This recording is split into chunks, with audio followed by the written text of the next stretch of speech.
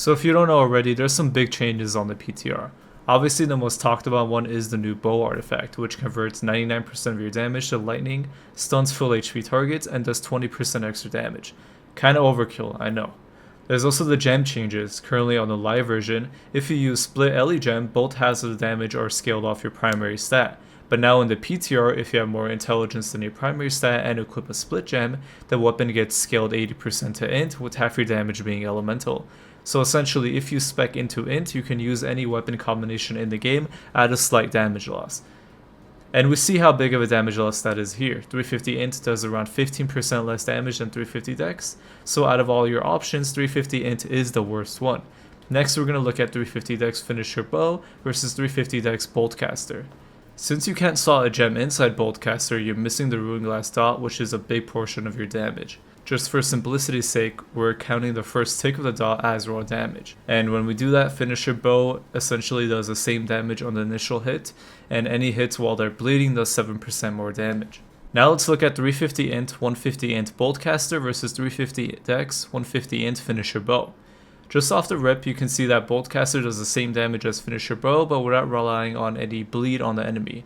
So Boltcaster is simply better, and the gap gets even bigger when you account for matching armor, ruined glass, attunement, harnessing, and ring damage. All things I'm assuming anyone rocking this glass cannon build is gonna have regardless. However, a big caveat to this is we're gonna be in an Ellie version Opal meta. So in reality, you're not gonna be doing that much more damage than you're currently doing. Also, keep in mind, 50% empower cap is still a thing, but the 20% damage on Boltcaster does not count towards it. You still become very close to reaching it to the point that I wouldn't even put harnessing on my gear if I was to go the 150 int route.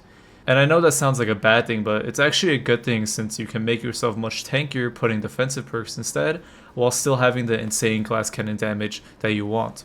Also, this isn't included in the test, but you must keep in mind that Boltcaster users won't be able to fit their 50 strength with 150 con for the 10% heavy damage and 5% light damage, while pure dex high con bows will be able to do that with no care in the world.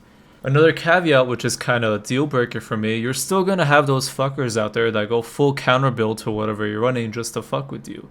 I'm talking 50% lightning resist with 5 Ellie version, and that is much worse than having someone go full thrust resist and physical version right now. If you use a split gem on a non-artifact, your damage is 50% thrust and 50% elemental. Let's say someone goes full thrust resist to the point your thrust is doing half damage, you are now doing 75% instead of 100% damage. So at the end of the day, it's still only a 25% damage loss. But if someone goes full counter lightning to your Boltcaster, you're now doing 50% less damage or even less damage than that. So if you do decide to go with the Boltcaster build, you better have a backup build to swap to just in case.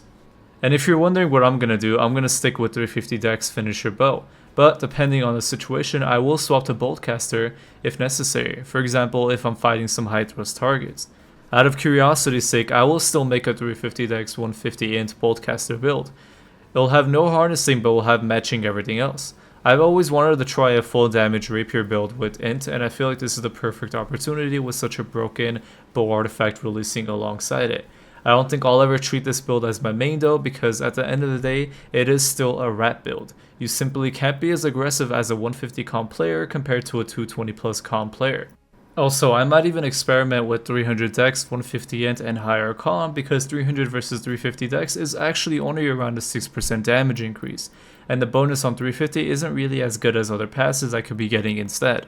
But regardless, there is a lot up in the air. It's the first week of PTR and tons can change. Boltcaster is probably going to get nerfed, gems might change even more, or they might completely just revert the entire change. If you want to prepare, I highly recommend following this post's way of thinking. TLDR, investing money for gear right now is a recipe for disaster. Just save up gold and materials and do your thing after we get the update on live. As always, I highly recommend joining the Discord in the description to see all this information yourself, and sub if you want to see more content like this. 90% of my channel is PvP videos, but I like my builds to be backed by math, so occasionally you'll see videos like this if it affects me in any way.